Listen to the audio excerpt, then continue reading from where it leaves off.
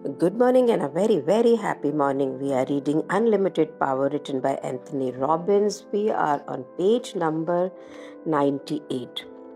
Now, जब आपको ये मालूम है कि आप अपनी नई सचेतना के साथ में काम कैसे कर सकते हैं, तो अब आप अपने ब्रेन को खुद रन कर सकते हैं और उसके अंदर ऐसी स्टेट्स या ऐसी अवस्था क्रिएट कर सकते हैं जो आपकी लिविंग लाइफ की क्वालिटी को जैसा आप चाहते हैं, जैसा आप डिजर्व करते हैं, वैसा हो।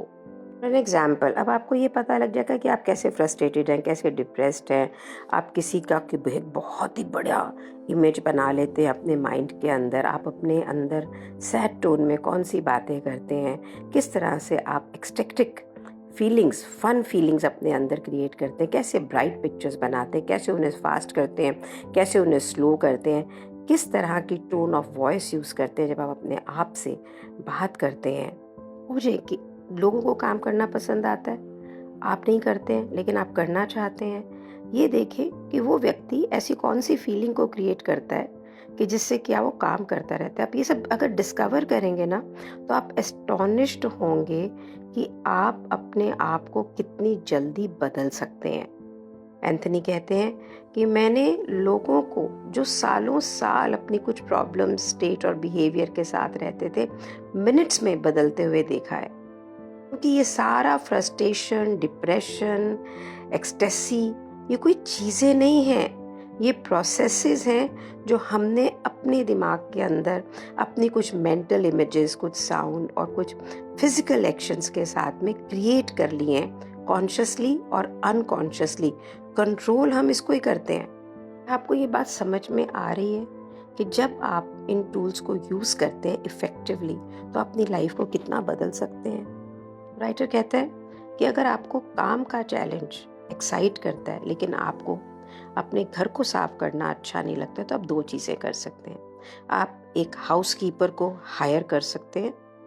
फिर जैसे कि लास्ट ऑडियो में बताया गया कि आप ये देखेंगे कि आप किस प्रकार से क्लीनिंग ऑफ द हाउस को देखते हैं, कैसे आप अपने काम को देखते हैं, और फिर क्लीनिंग ऑफ द हाउस को चैलेंज की तरह सब मोडालिटीज़ के अंदर लाकर आपको इमीडिएटली एक ड्राइव मिलेगी that you will clean the house. जैसा कि उसने लास्ट ऑडियो में सिखाया, हमें बिल्कुल वैसे ही करना है। राइटर कहता है कि वो जितनी भी चीज़ें जिन्हें आप बिल्कुल भी करना पसंद नहीं करते हैं लेकिन आपको करनी पड़ती है, उसे सब मोडालिटीज़ ऑफ प्लेजर के साथ अगर आप अटैच कर देंगे, तो आप ये देखोगे कि आपको उसको करना आसान हो जाएगा।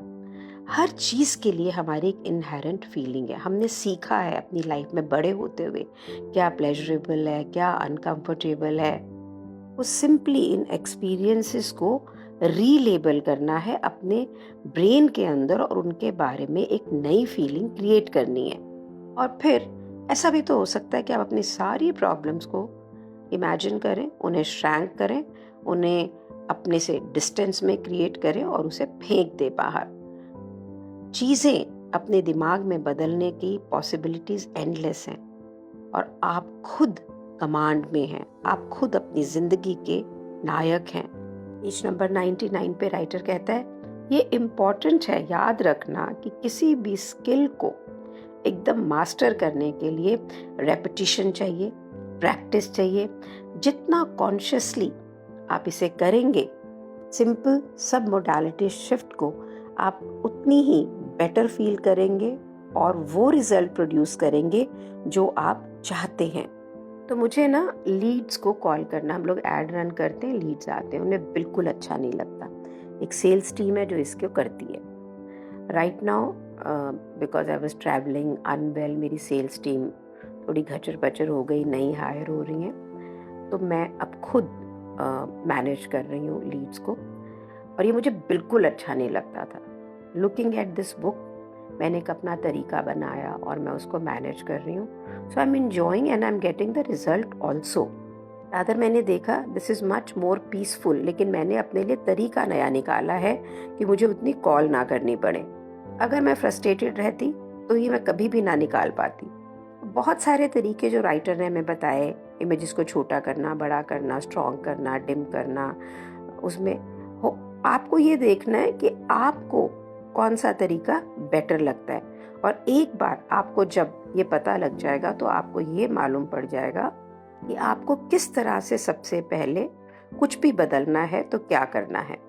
तो अब अगर आपके माइंड में ये सोच आ रही है कि ये सब मोडालिटी चेंजेस जो बताए जा रहे हैं वो बहुत अच्छे हैं, लेकिन ये तो बार बार बदलता है, मतलब मैंने अभी अपने ऊपर काम किया फिर मैं उसी मेंटल स्टेट में आ गई, तो क्या कुछ ऐसा हो सकता है कि मैं उसी कंसिस्टेंटली जो एक इंस्पायर्ड स्टेट में ही रहूं। राइटर कहता है हम स्विश पैटर्न बोलते हैं और इसे यूज किया जा सकता है जो ज्यादा परसिस्टेंट प्रॉब्लम्स और हमारी बैड हैबिट्स हैं उसको मैनेज करने के लिए।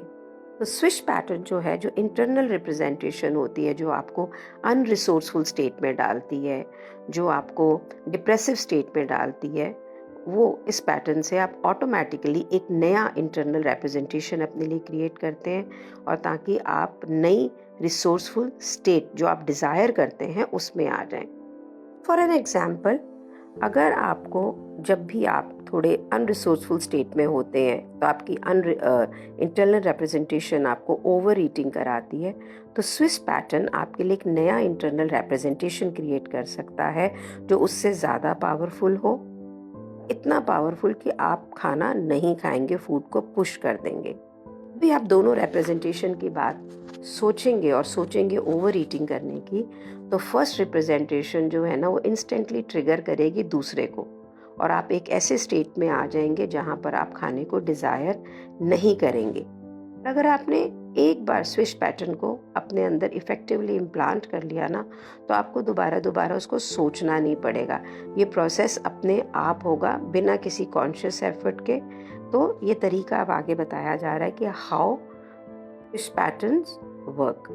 नंबर 1, आप एक ऐसे बिहेवियर को आइडेंटिफाई करें जिसे आप बदलना चाहते हैं। इस बिहेवियर का एक इंटरनल रिप्रेजेंटेशन बनाएं, जैसे कि आप उसको अपनी आंखों से खुद देख रहे हैं। तो अगर आप अपने फिंगर नेल्स को बाइट करना स्टॉप करना चाहते हैं तो पहले आप एक इमेजिन पिक्चर करें कि जहां पर आप अपनी हाथ को उठा रहे हैं, अपनी फिंगर्स को अपने लिप्स पे ला रहे हैं और अपने नेल्स को बाइट कर रहे हैं। सेकेंड स्टेप है, जब एकदम क्लियर पिक्चर है आपके बिहेवियर की जो आप बदलना चाह रहे हैं और एक नया रिप्रेजेंटेशन क्रिएट करना चाह रहे हैं, तो अब एक पिक्चर आप क्रिएट करें कि आप डिज़ायर्ड चेंज के साथ में कैसे हैं और ये चेंज आपके लिए क्या मीनिंग रखता है। अब आप अपने आप को पिक्चर कर सकते हैं कि आप अपने हाथ को अपने मुंह से अलग लेके जा रहे हैं और इस फिंगर को आप बाइट करने के लिए जा रहे थे। वहाँ पे आप देखो कि एक नेल है जो परफेक्टली मैनिक्योर्ड है, आप बिल्कुल वेल ड्रेस्ड हैं, मैग्निफिसेंटली ग्रूम्ड हैं, कंट्रोल में हैं और कॉन्फिडेंस में हैं। ये पिक्चर आपकी डिसएसोसिएटेड होनी चाहिए, यानी कि आप उसे बाहर से देख रहे हैं। पहली पिक्चर को आप इंटरनल रिप्रेजेंटेशन के साथ देख रहे थे। कारण ये है कि हम एक आइडियल इंटरनल रिप्रेजेंटेशन क्रिएट करना चाह रहे हैं जो आप कंटिन्यूअसली जिसके प्रति अट्रैक्ट हो, रादर देन आपको ये फील हो कि मैं तो ये ऑलरेडी ऐसा हूँ। स्टेप 3 में अब आपने दोनों पिक्चर्स को स्विच करना है। अनरिसोर्सफुल एक्सपीरियंस से ऑटोमेटिकली ट्रिगर हो जाए रिसोर्सफुल एक्सपीरियंस। अब ये हम पहले सीख चुके हैं कि किस तरह से हम एक पिक्चर को भगा के दूसरे पिक्चर को लेकर आएंगे।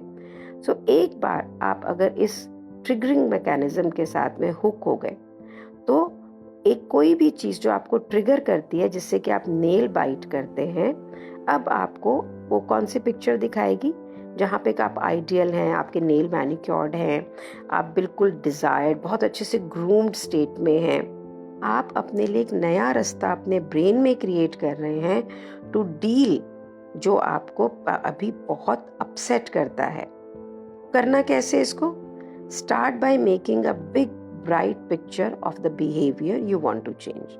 ठीक है, इस पिक्चर के बॉटम राइट हैंड कॉर्नर के अंदर आप एक छोटा सा पिक्चर डार्क बनाएं जैसे कि आप बनना चाहते हैं। इस छोटा स्मॉल पिक्चर जिसके अंदर आपके नेल मैनिक्योर्ड हैं, आप बिल्कुल ग्रूम्ड हैं, इसको 1 सेकेंड के अंदर पूरी ब्राइटनेस के साथ में बिल्कुल बड़ा कर दें कि आपका जो पुराना पिक्चर है जहाँ आप नेल बाइट कर रहे हैं उसके ऊपर आ जाए।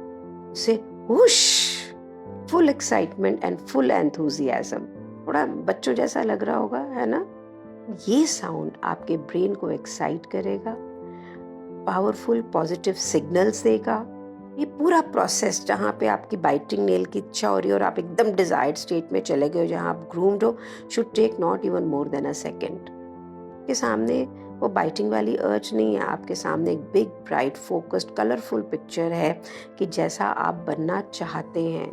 और जो आपकी पुरानी पिक्चर है, जो आप नेल बाइट कर रहे हो, बिल्कुल स्मैश्ड होके टुकड़े टुकड़े होके नीचे गिर चुकी है। इस पैटर्न को अपनी लाइफ में लाने का एक ही तरीका है, स्पीड एंड रेपिटेशन। हर बार इसको देखना कि आपकी जो छोटी मैं ग्रूम्ड पिक्चर है वो बार बार ह्यूज और ब्राइट होती चली जा रही है, बड़ी होती जा रही है, और जो आपकी नेल बाइटिंग पिक्चर है वो बिल्कुल डिस्ट्रॉय हो गई है और ये नई पिक्चर ने उसको बिल्कुल रिप्लेस कर लिया है। अब एक्सपीरियंस करें एक अच्छी सी फीलिंग उन चीज़ों की, जैसे कि आप चीज़ों को चाहते थे उन्हें देख के। अब आप अपनी आंखों को खोलें, इस अवस्था से बाहर आएं, फिर बंद करें, फिर से इसको प्रैक्टिस करें, बार बार ये वुश करके इसको मैं वुश नहीं बोलती हूँ, कहती हूँ वाओ। आंखें बंद करके आपने अपनी डिजायर्ड पिक्चर को नॉन डिजायर्ड एक्सपीरियंस से बड़ा किया। आपने वाओ या वुश करके खूब एक्साइटेडली बोला, आंखें खोली, नई स्टेट को एक्सपीरियंस किया और फिर दोबारा से आंखें बंद करके इसको प्रैक्टिस किया। देखो कि पहले आप क्या चेंज करना चाहते हो। ये तो एक एग्जाम्पल था नेल बाइटिंग का ओरिजिनल, और फिर ये देखो कि आप उसको किस चीज से चेंज करना चाहते हैं और वुश करें बार बार। ये आपने 5-6 बार करना है, जितनी जल्दी कर सकते हो उतनी जल्दी करना है। याद रखें, स्पीड और फन इसका की है। अपने ब्रेन को क्या बोल रहे हो, ये देख वुश, ये देख वुश, अंटिल की ओल्ड पिक्चर ऑटोमेटिकली नई पिक्चर को ट्रिगर करे, नई अवस्था को ट्रिगर करे, एक नए बिहेवियर को ट्रिगर करे। सारे प्रोसेस में ये इम्पॉर्टेंट है कि जो आपकी डिजायर्ड इमेज है ये आपके लिए बहुत ही एक्साइटिंग हो और वैसी हो जो आप रियल में चाहते हो, एक्सट्रीमली अट्रैक्टिव, मोटिवेटिंग।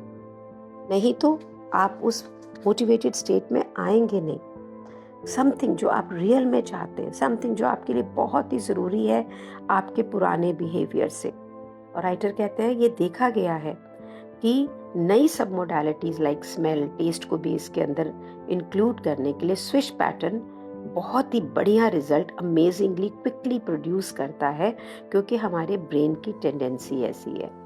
हमारा ब्रेन प्लेजेंट चीज़ों से मूव बाहर करना ही चाहता है और टूवर्ड्स प्लेजेंट चीज़ों को जाना चाहते हैं। ये तो हम सबको जानते हैं, ठीक है ना?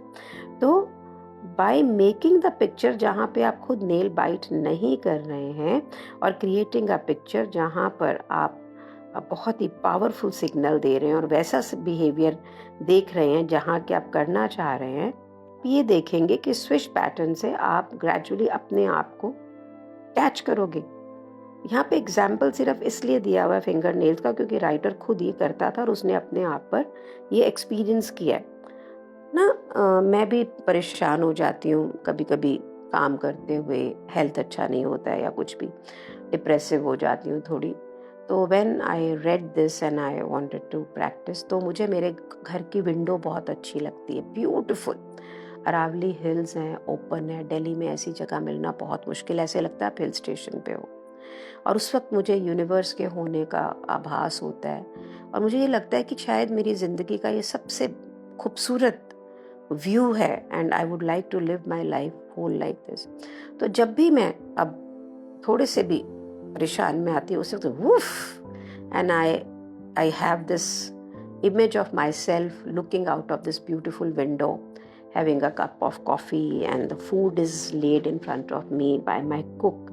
This is the most luxurious thing for me, to have food being served by somebody and I'm sitting and watching with no thoughts in my mind of any problem. And it's working so beautifully. जो तरीके को हम अपने डर, अपनी frustrations पे भी use कर सकते। तो कुछ आप ऐसा लें जिससे आपको बहुत डर लगता है और फिर उसको पिक्चर करें कि जैसा आप उस डर के बिना ज़िंदगी जिएंगे। इस पिक्चर को रियली एक्साइटिंग करें। अब स्विश करें उनमें से दोनों को कम से कम 7 बार। अब करने के बाद में आप सोचिए उस डर के बारे में कि अब ये क्या डर आपको कैसा फील कराता है। अगर आपका स्विच पैटर्न इफेक्टिवली किया हुआ होगा ना, तो जैसे ही आप डर के बारे में सोचोगे वो ऑटोमेटिकली आपको वो दिखाएगा जो आप देखना चाहते हैं। एक और वेरिएशन पेज नंबर 102 पे राइटर दे रहा है कि स्विच पैटर्न को, कि अगर आपको ऑटोमेटिकली आप पिक्चर को बड़ा नहीं कर पा रहे हैं, तो जैसे वो स्लिंग शॉट नहीं होता है, गुलेल जिसको हम हिंदी में बोलते थे, उसके अंदर गुलेल के अंदर आपने वो पिक्चर डाली जो आप चाहते हैं हो, और आपके सामने कौन सी पिक्चर है जो आप चेंज करना चाहते हैं। अब ये छोटी पिक्चर जिसमें आपकी डिजायर्ड स्टेट है, इसको आपने स्लिंग शॉट में डाला, यानी आपने गुलेल में डाला, और मेंटली आपने वॉच किया कि आपने गुलेल को पीछे खींचा और इस पिक्चर को ठा करके आगे भेजा, वूफ, और ये पिक्चर गुलेल से निकल के आपकी आंखों के सामने बिल्कुल बड़ी हो गई है। उसने आपका जो ओल्ड लिमिटिंग पिक्चर जो आपके सामने भी आप देख रहे थे उसको तोड़ के बाहर कर दिया। अगर आप इसको करेक्टली करेंगे ना, जैसे ही आपके माइंड में ये पुराना कुछ आएगा, स्लिंग शॉट से बढ़िया वाली पिक्चर जो आपके डिजायर्ड स्टेट की आपके सामने आ जाएगी। बहुत ही पावरफुली हमें राइटर ये समझाने की कोशिश कर रहा है, याद रखें आपका जो माइंड है वो लॉ ऑफ यूनिवर्स जो है ना उसको डिफाई कर सकता है। ये पीछे चला जा सकता है, समय नहीं जाता है, समय हमेशा बदलता है, इवेंट्स हमेशा बदलते हैं, लेकिन आपका माइंड आपके पुराने जीवन की तरफ चलता चला जाता है। आप ऑफिस में गए, आपने देखा कि आपके एक इम्पॉर्टेंट रोट या कोई काम ऐसा था जो नहीं किया गया था। अब आप बिल्कुल ऐसा कोई भी इनकम्प्लीट काम होता है तो आप एक अनरिसोर्सफुल स्टेट पे चले जाते हैं, आपको गुस्सा आता है, फ्रस्ट्रेटेड फील करते हैं, और अब आप बाहर जाके अपने स्टाफ को स्क्रीम शाउट करने वाले हैं। क्या ये स्क्रीमिंग एंड शाउटिंग आपको रिजल्ट प्रोड्यूस करेगी? नहीं ना, ये सिचुएशन को और वर्स्ट कर देगी। तो की क्या है इस अवस्था को बदलने का? इस अवस्था को बदलने का की ये है, पहले आप अपने आप को उस स्टेट में डालें जो आपको काम कराने के लिए मदद करें। अपनी इंटरनल रिप्रेजेंटेशंस को रीअरेंज करें।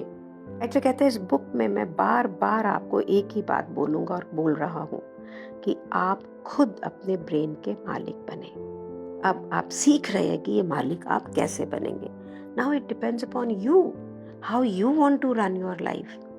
You want to be let this brain automatically do whatever he wants to do when you run your life like a zombie, like a drunkard, or you can take a control over your brain and lead the life the way you want to. That depends upon you. Thank you so much for being in my life. Thank you so much.